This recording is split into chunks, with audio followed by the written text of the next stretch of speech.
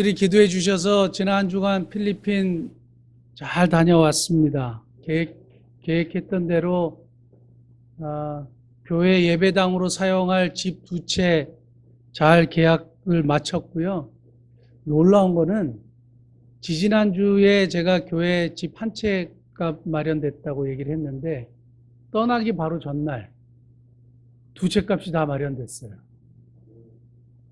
정말 놀랍지 않습니까? 진짜 저는 굉장히 놀랐는데 하나님께서 정말 이 일을 너무 기뻐하신다는 것을 다시 한번 분명하게 깨달을 수 있었습니다. 사실 우리 교인 중에 한 분이 본인이 오랫동안 들었던 종신보험을 깨셔서 헌금하시고 싶다 이런 얘기를 하셨어요. 그래서 그렇게까지는 안 하셨으면 좋겠다고 이제 말리나 혼났어요. 근데 교회를 세우는 일에 그걸 드리고 싶다는 거예요. 그런데 제가 일단 그거는 말렸습니다. 끝까지 만기까지 한번 채우시고 그때 이제 또 마음이 동하시면 하시라고 하면서 이제 제가 말렸는데 참 귀한 마음이죠. 교회를 세우는 일, 하나님이 기뻐하시는 일에 동참하는 것 너무 감사한 일인데 지난번에 우리 시리아 난민 선교하시는 이중덕 선교사님 오셔서 제 마음을 확 터치했던 한 문장이 있었어요. 그게 뭐냐면 선교는 우리가 하나님의 일을 하는 것이 아니라 하나님이 하시는 일에 우리가 동참하는 것이다. 그 선교에 대한 새로운 사실, 이미 알고 있었지만 너무 새롭게 저에게 다가왔고 감동이 왔어요. 선교는 우리가 하나님의 일을 하는 게 아니라 하나님이 하시는 일에 우리가 그냥 동참하는 것 뿐이에요. 결국 그것을 이루시는 분은 하나님이신 거죠. 그러니까 우리가 선교한답시고 우리 이름 내고 우리 교회 이름 내고 자랑하고 이것은 사실 엄밀히 따지면 선교가 아닌 거죠. 내 사역인 거죠. 하나님의 사역이 어떻게 보면 아니라고 이야기할 수 있는 것이죠. 하나님의 일에 우리가 동참하는 이 귀한 일 할 수 있도록 허락하신 거 너무너무 감사하고 좀 이따가 우리 광고 시간에 영상 간단하게 어떤 집인지 사실은 집 2채라 그래서 대단한 집도 아니고요. 참 형편없는 집이지만 그것을 잘 우리가 만들어서 예배당으로 쓰는 참 귀한 일 하게 된 것에 대해서 하나님께 감사드립니다. 이것이 얼마나 기쁜 일인지 좀 이따가 한 번 더 말씀드리고요. 저는 우리 미사 목민교회 성도들 그리고 목회자인 그리고 하나님의 백성들이 꼭 본받아야 될 신앙이 뭔가 이 아침에 한번 말씀을 나누기를 원하는데 하나님 앞에서 성공했고 사람 앞에서 성공한 인생 딱 뽑았을 때 성경에 갈렙이 등장하는 거예요. 그래서 이 갈렙의 신앙, 하나님 앞에서 성공했고 사람 앞에서 성공하는 이 갈렙의 신앙을 본받기를 원하는 거예요. 그래서 갈렙이 등장한 성경 곳곳을 살펴보면서 딱 3가지로 추려봤는데 우리가 이 3가지 신앙, 하나님 앞에서 성공하고 사람 앞에서 성공하는 신앙을 본받기를 원하는 겁니다. 첫 번째는 오늘 설교 제목 보시면 3가지 나와 있는데 한번 따라 읽어볼까요? 믿고 살리고 주는 신앙. 첫 번째 믿는 신앙인데 뭘 믿느냐? 약속을 믿는 신앙이에요. 약속을 믿는 신앙인데 오늘 본문 말씀 14장 한번 보시면 반복되는 단어가 나옵니다. 그날의 여호와께서 말씀하신 이 산지를 내게 주소서. 우리가 보통 복음성가 부를 때 이 산지를 내게 주소서 많이 불러요. 근데 이 산지를 왜 내게 주소서라고 요구하냐면 그날에 말씀하신 약속, 그래서 이 산지를 내게 주십시오라고 갈렙이 당당하게 요구하는 거예요. 이 배경을 넘어가려면 잠깐 이 배경을 알아야 되는데 민수기 13장에 보면 모세가 살아있을 당시에 이스라엘의 가장 지파에 민첩한 지도자 12명을 뽑습니다. 그래서 약속의 땅에 들어가기 전에 정탐을 하게 해요. 유명한 정탐꾼을 보내는 사건이에요. 그래서 정탐꾼을 다 보내가지고 일일이 조사하게 하고 그리고 그 밟는 땅을 너에게 준다고 하나님이 약속하셨다 이렇게 얘기했습니다. 그래서 10명의 정탐꾼들이 땅을 다 탐지하고 돌아왔을 때 똑같은 이야기를 하는 것이 있어요. 과연 하나님께서 말씀하신 적과 꿀이 흐르는 땅이었습니다. 여기는 똑같았는데 열정탐꾼이 그러나 거기에는 거인들이 살고 있는 땅입니다. 그들이 볼 때 우리는 메뚜기 같은 존재라 우리가 도저히 그들을 이길 수 없습니다. 이렇게 얘기를 한 거예요.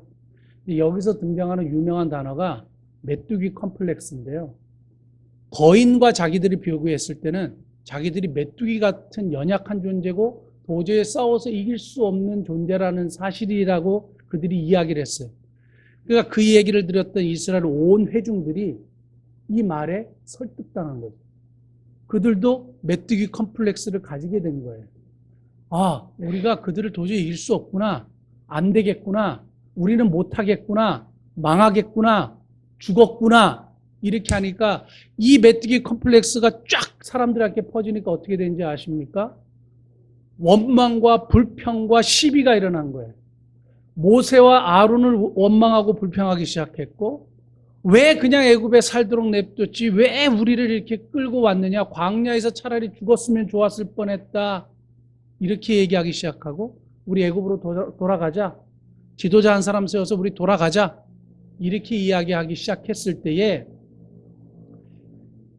가슴을 찢고 나왔던 두 명의 인물이 여호수아하고 갈렙이에요. 메뚜기 컴플렉스에 전혀 영향을 받지 않았던 사람들이에요. 왜 메뚜기 컴플렉스에 전혀 영향을 받지 않았느냐? 이 사람 두 사람의 공통적인 것은 하나님의 약속을 믿고 하나님의 말씀을 믿는 믿음이 확고했기 때문이에요. 그러니까 거기에 대해서 전혀 영향을 받지 않는 거예요. 여러분, 우리가 참 중요한 것, 우리가 삶을 살아갈 때에 참 중요한 게 하나 있는데요. 메뚜기 컴플렉스는 항상 우리 신앙인들에게도 존재하고 생기는 일들이에요. 열등감, 어려움, 비교, 나는 안 된다, 망하게 됐다, 이런 이야기예요. 결국에는 이스라엘 백성들이 민수기 14장 1절에 보면 소리 높여 울고 밤새도록 통곡했다 그랬어요. 그러니까 하나님이 민수기 14장 28절에 아주 유명한 말씀을 하세요. 무슨 말씀을 하시느냐? 그들에게 이르기를, 같이 한번 보겠습니다. 그들에게 이르기를 여호와의 말씀에 내 삶을 두고 맹세하노라. 너희 말이 내 귀에 들린 대로 내가 너에게 행하리니.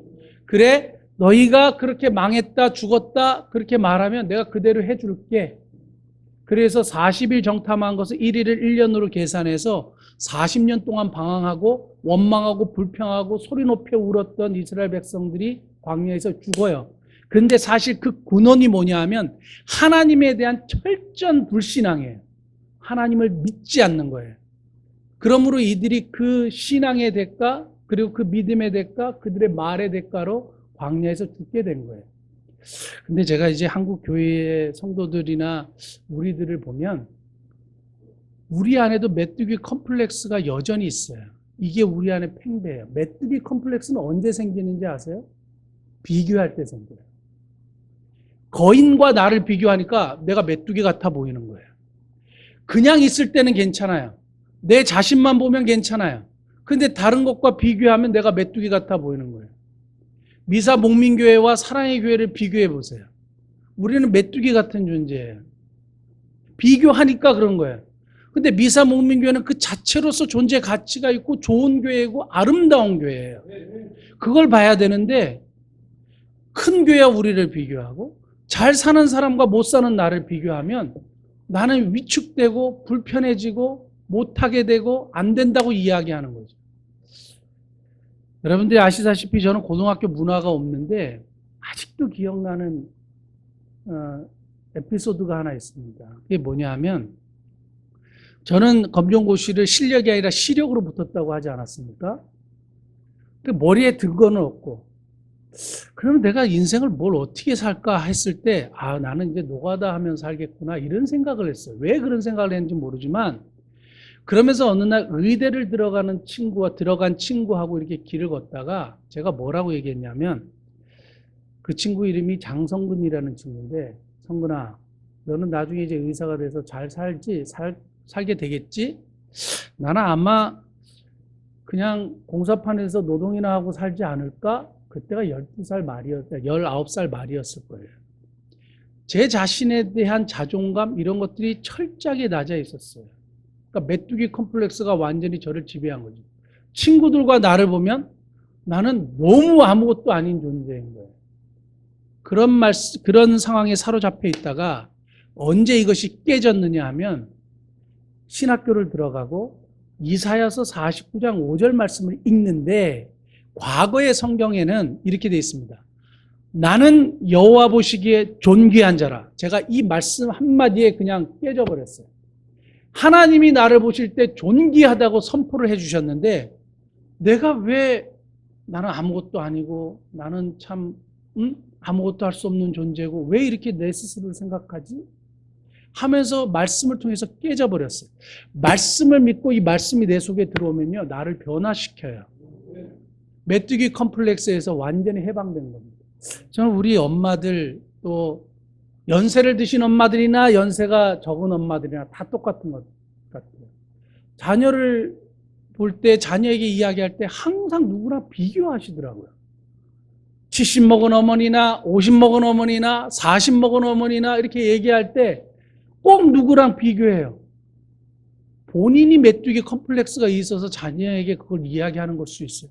꼭 다른 사이와 내 사이를 비교하고 꼭 다른 아들과 내 아들을 비교하고 그거를 은연중에 또 얘기를 해요. 이게 어디서 나오냐? 메뚜기 컴플렉스. 이런 교육 환경에서 자란 아이들이 어떻게 성장할 거라고 생각하세요? 메뚜기 컴플렉스에 설득당한 이스라엘 백성들은 밤새 통곡하고 하나님을 불신앙하는 길로 걸어갔어요. 그래서 그 말대로 하나님 앞에서 결국에는 모든 사람들이 죽임을 당하는 일들을 결론 맺게 되는 거예요. 저와 여러분들이 무엇인가를 비교하기 시작하면 안 된다, 못한다, 할 수 없다 이렇게 되는 거예요. 우리가 이번에 필리핀에 교회를 세울 때 작은 교회로서는 할 수 없는 일이죠. 작은 성교회로서는 할 수 없는 일을 했습니다. 하나님의 놀라운 역사예요. 저는 메뚜기 컴플렉스가 저는 없어요. 우리 교회도 그런 것이 이제 없어야 된다고 믿습니다. 우리 자체로 존귀하고 하나님 우리를 존재 자체, 가치 자체로 보시기 때문에 그래요. 하나님의 약속의 원리가 있는데 오늘 그날의 약속하신 말씀 그를 나에게 이루어 주십시오 라고 갈렙이 요청해. 근데 이게 언제 요청했느냐? 45년이 지난 다음에. 약속이 그냥 1년 후에 그때 얘기했던 거를 이루어 주세요 한 게 아니라 45년이요. 제가 올해 나이가 48살인데요. 48년을 사는 동안 몇 번의 죽을 고비가 있었고요. 얼마나 많은 수많은 일들이 일어났는지 몰라요. 45년 동안 갈렙의 주변의 친구들, 친척들, 이웃들 다 죽었어요. 근데 이 약속을 믿는 거 쉽지 않아요. 환경과 여건과 상황 속에서 하나님에 대한 신뢰를 잃어버릴 수 있는 상황이 너무 많은데 끝까지 45년을 지키고 있다가 그날에 약속하신 것을 허락해 주십시오. 그날에 약속하신 것이 민수기 14장 24절인데 성경의 그날 그러면 꼭 기억하십시오. 역사는 그날에 이루어져요. 자, 24절 같이 한번 읽어보겠습니다. 그러나 내 종 갈렙은 그 마음이 그들과 달라서 나를 온전히 따랐은즉 그가 갔던 땅으로 내가 그를 인도하여 드리리니 그의 자손이 그 땅을 차지하리라. 아멘. 하나님이 갈렙에게 45년 전에 이 약속을 하셨고 45년 후에 갈렙이 하나님이 그날에 말씀하신 것 나에게 주십시오. 여전히 거인이 살지만 나는 나를 메뚜기로 보지 않습니다. 나는 하나님 믿고 가서 점령하겠습니다. 해가지고 그 땅을 점령했어요. 제가 아침마다 여러분들에게 이게 말씀을 보내잖아요. 말씀을 보내는데 이게 하나님의 약속의 말씀이거든요. 이 약속의 말씀을 내가 아멘으로 화답하면 이 말씀이 나의 것이고 내게 주신 약속의 말씀이에요. 그러니까 지금 21세기를 살아가는 저와 여러분들이 성경의 말씀을 나의 말씀으로 받는 믿음의 은혜가 있길 원합니다. 고린도서 1장 20절에 하나님의 약속은 얼마든지 그리스도 안에서 예가 되니 그런즉 그로 말미암아 우리가 아멘하여 하나님께 영광을 돌리게 되니이다.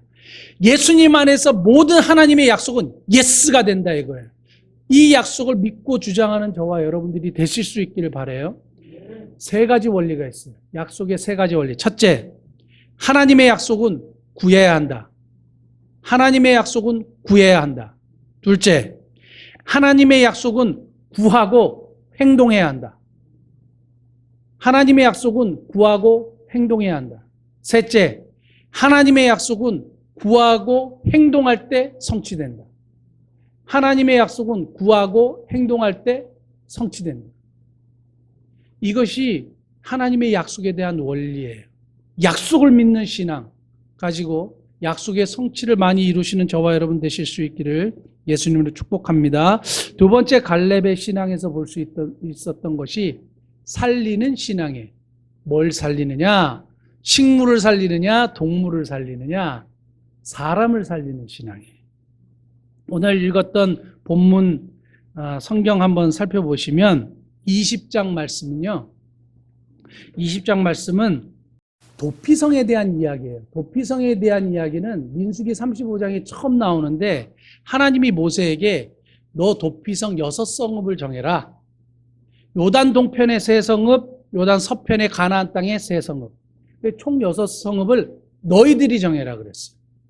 너희들이 정해서 부지 중에 살인한 자가 그리로 도망하여 생명을 얻을 수 있도록, 생명을 보호받을 수 있도록 정해라.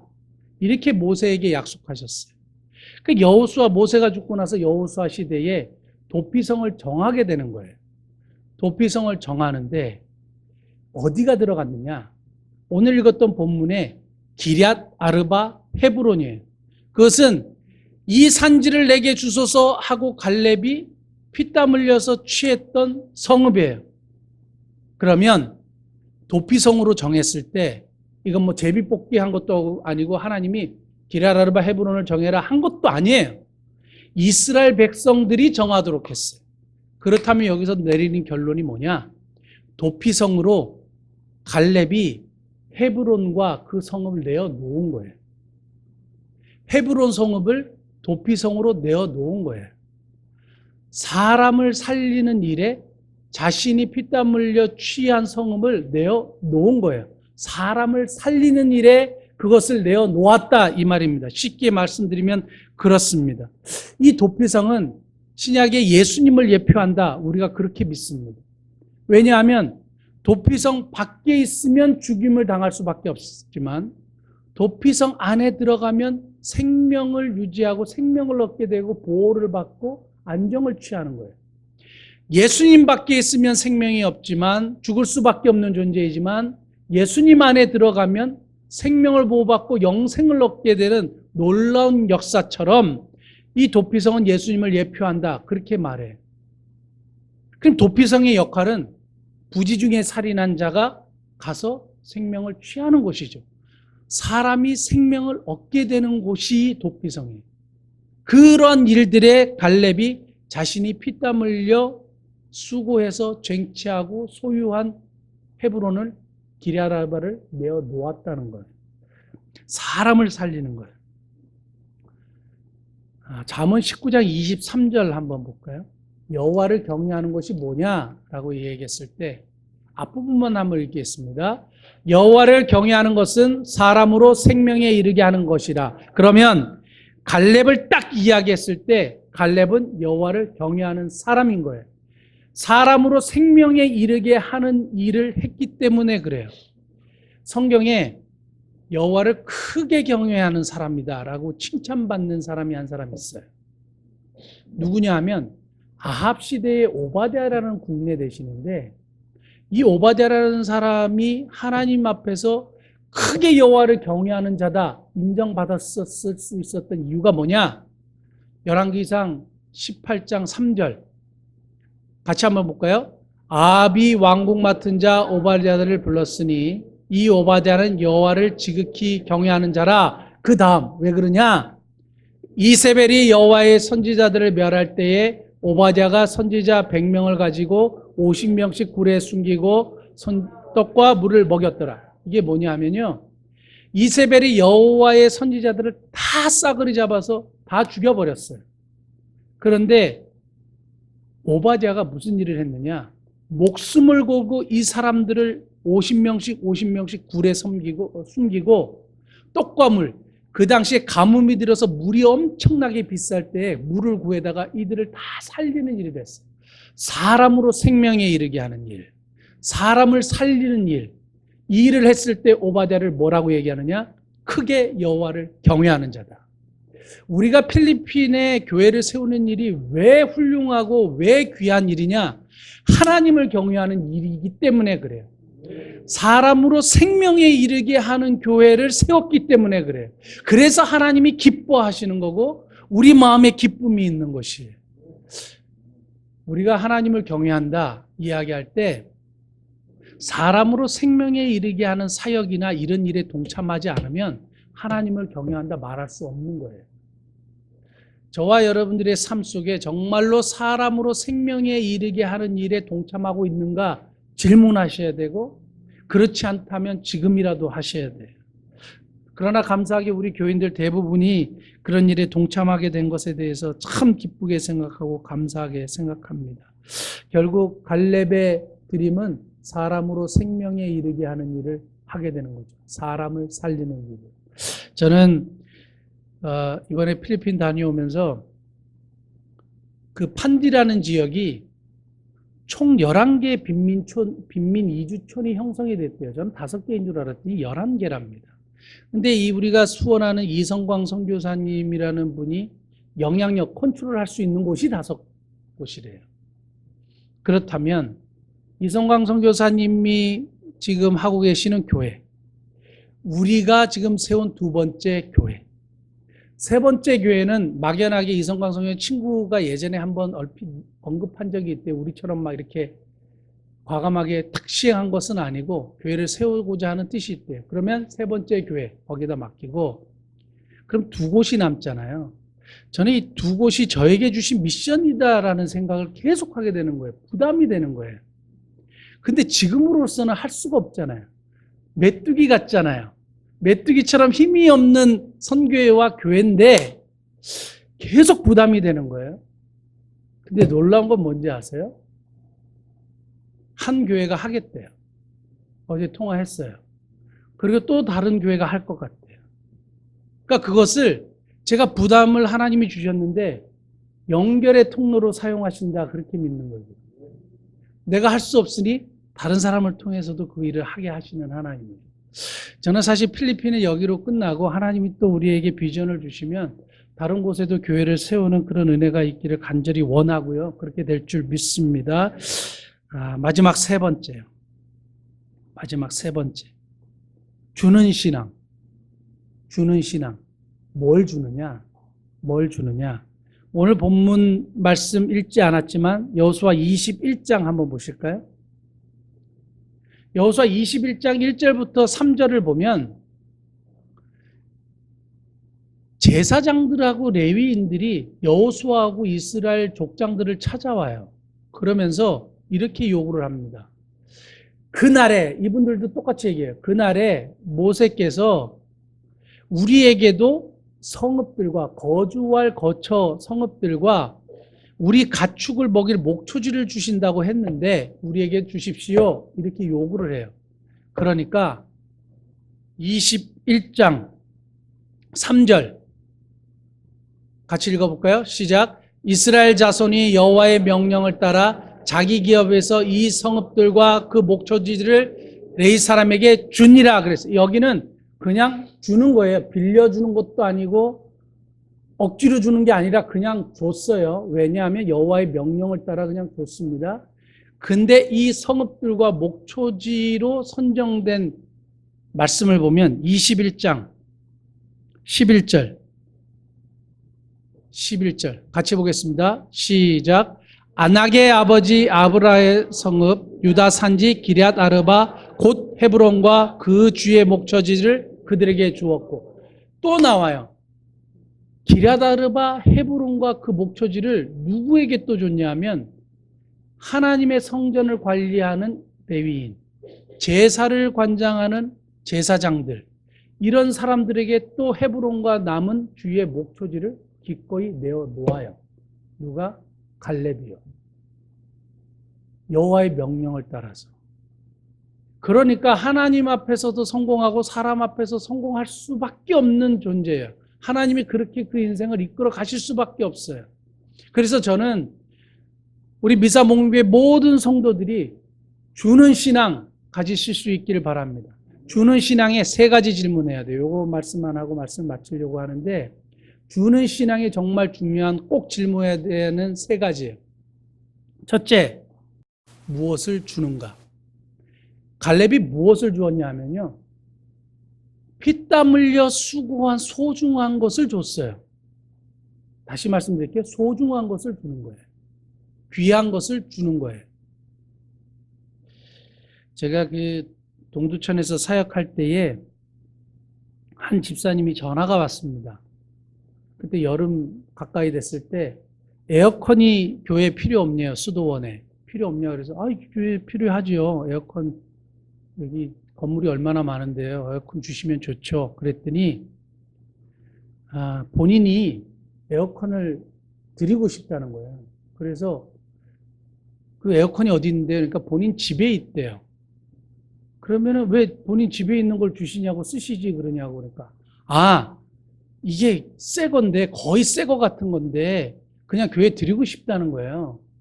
아니 근데 왜 새 거를 본인이 쓰시지 왜 교회를 주시냐고 그랬더니 사실은 자기가 새 거를 샀대요.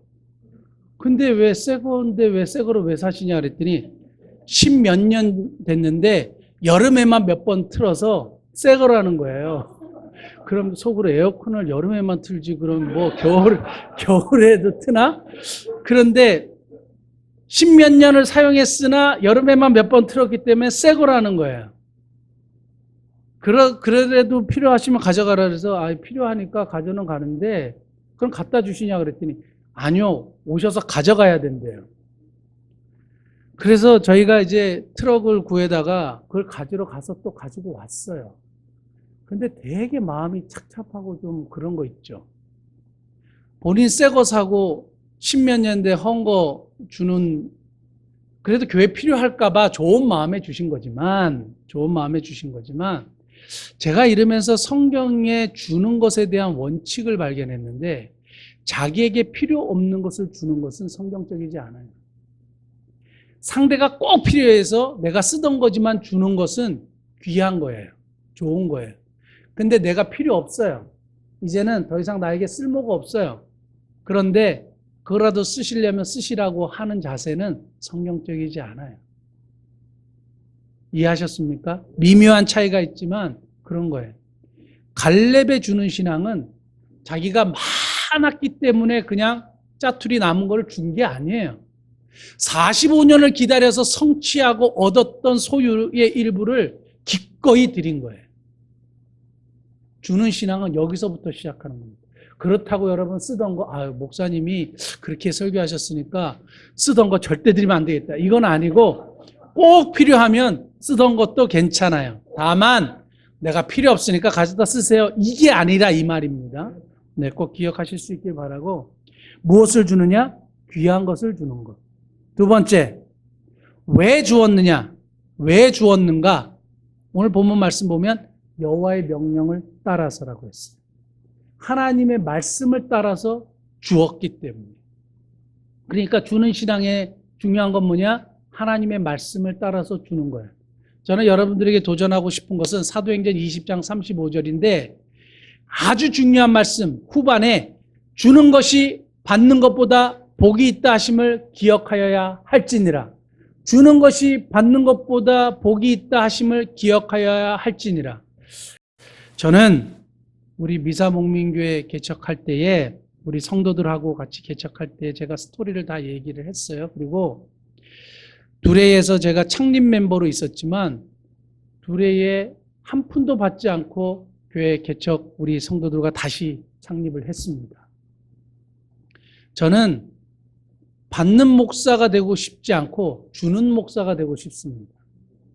김진홍 목사님에게 받은 게 얼마나 많은데 또 받아가지고 또 이렇게 하느냐? 저는 그거 아니라고 봤습니다. 저는 나중에 김진홍 목사님에게 드리는 목사가 되고 싶지 받는 목사가 되고 싶지 않습니다. 여러분 자녀가 50평생, 60평생, 70평생, 80평생 여러분들이 주는 자녀로 키우실 거예요? 아니면 자녀가 여러분들한테 드리고 또 드리고 주는 자녀로 키우시고 싶으세요? 저는 후자라고 믿어요. 여러분들 지금도 줄 수 있는 능력이 되지만 자녀들에게 계속 주는 부모로 남아 계시지 마세요.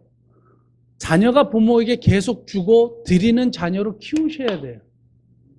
서포트하는 거 좋지만 부모가 자녀를 서포트하는 것이 아니라 이제는 자녀가 부모를 서포트해야 돼요. 제가 어디 가면 돈이 그렇게 많지 않지만 밥값을 제가 잘 냅니다.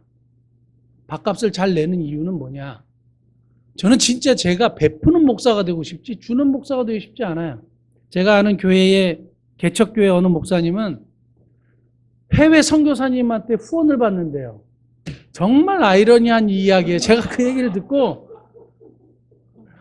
해외 선교사님이 뭐 부유할 수도 있어요. 그런데 개척교회를 하면서 해외 선교사님한테 후원을 받아서 교회를 하는 거 참 마음이 참 이상했어요.